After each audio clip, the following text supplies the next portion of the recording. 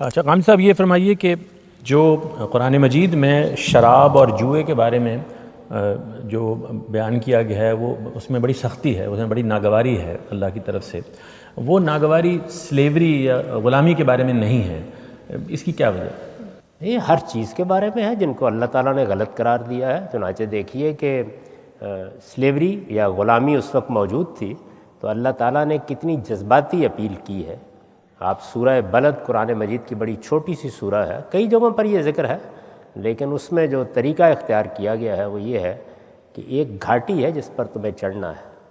یہ دنیا امتحان کی گھاٹی ہے لیکن لوگ نہیں چڑھ پاتے۔ وہ گھاٹی کیا ہے؟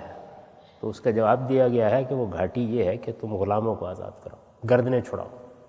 یعنی بڑی جذباتی اپیل کی اور اس کو ایمان سے بھی مقدم کر دیا ہے۔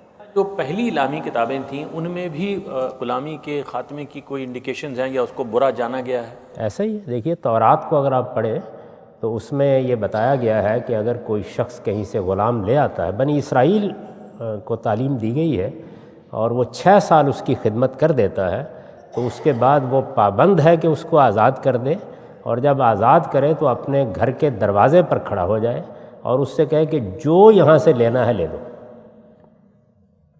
اس کے بعد کون آدمی غلام لائے گا؟ اس پر عمل کیوں نہیں ہوا اتنے طویل عرصے تک؟ یہ بات جب اور اتنی شدت کے ساتھ موجود ہیں۔ ہم کہتے ہیں ملاوٹ نہ کرو عمل ہوتا، کہتا ہے غبن نہ کرو عمل ہوتا، لوگوں کا مال نہ کھاؤ عمل ہوتا۔ تو انسان عمل کرنے کے معاملے میں تو اپنی خواہشات کی پیروی کرتا ہے۔ خان صاحب اس میں تو یہ ہے نا کہ جھوٹ کو، ملاوٹ کو سب غلط کہتے ہیں، اس کو اچھا سمجھ کے کوئی نہیں کرتا، لیکن سلیوری تو جاری رہی نا۔ ایک غلط کہا گیا ہے، قرآن مجید نے اپیل کی ہے، لوگوں کو کہا ہے کہ یہ گردنیں چھڑانا ہے، یہ تم نے انسانوں کے ساتھ کیا کر ڈالا ہے۔ یعنی یہ ساری باتیں اسی طرح کہی گئی، بہت تلقین کی گئی اس کی رسالت میں۔ آپ صلی اللہ علیہ وسلم نے دیکھیے نا آپ کہاں تک چلے گئے۔ ابو مسعود انصاری کا بڑا مشہور واقعہ ہے کہ اچانک انہوں نے دیکھا کہ پیچھے سے آواز آئی ہے، وہ اپنے غلام کو پیٹ رہے تھے، یعنی کوئی تھپڑ مار دیا کچھ اس طرح۔ تو رسول اللہ صلی اللہ علیہ وسلم نے پیچھے سے آواز دی اور یہ کہا کہ کہیں گلی میں دیکھا آپ نے؟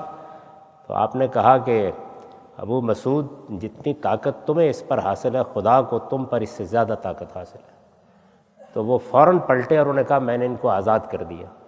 تو آپ نے فرمایا نہ کرتے تو جہنم میں جاتے۔ تو اس لیے بڑی سختی کے ساتھ نبی صلی اللہ علیہ وسلم نے یہ تعلیم دی ہے، لیکن جو معاشرتی برائیاں ہوتی ہیں نہ ان کو یک قلم ختم کرنا ممکن ہوتا ہے، ان کے لیے ہمیشہ ایک گریجول طریقہ اختیار کیا جاتا ہے، اور نہ یہ ممکن ہوتا ہے کہ سارے انسانوں کو آپ پابند کر دیں۔ آپ دیکھیں دنیا میں، یعنی اس امریکہ میں کتنی بڑی جنگ لڑی گئی اس کے لیے، اور صدیوں بعد بھی لوگوں کا حال یہ تھا کہ وہ قبول کرنے کے لیے تیار نہیں تھے۔ اصلاحات کو لوگ آسانی سے قبول نہیں کرتے۔ قرآن مجید نے اعلان کیا کہ مسلمانوں کا نظام ان کی رائے پر مبنی ہوگا، یعنی مسلمانوں کا جو سیاسی نظام ہے وہ امرہم شورا بینہم، لوگوں کی رائے پر وجود میں آئے گا۔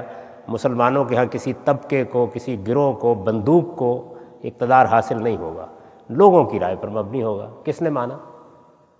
یعنی خلفائے راشدین کے فوراً بعد ہمارے ہاں بھی بادشاہت قائم ہو گئی، صدیوں تک قائم رہی ہے۔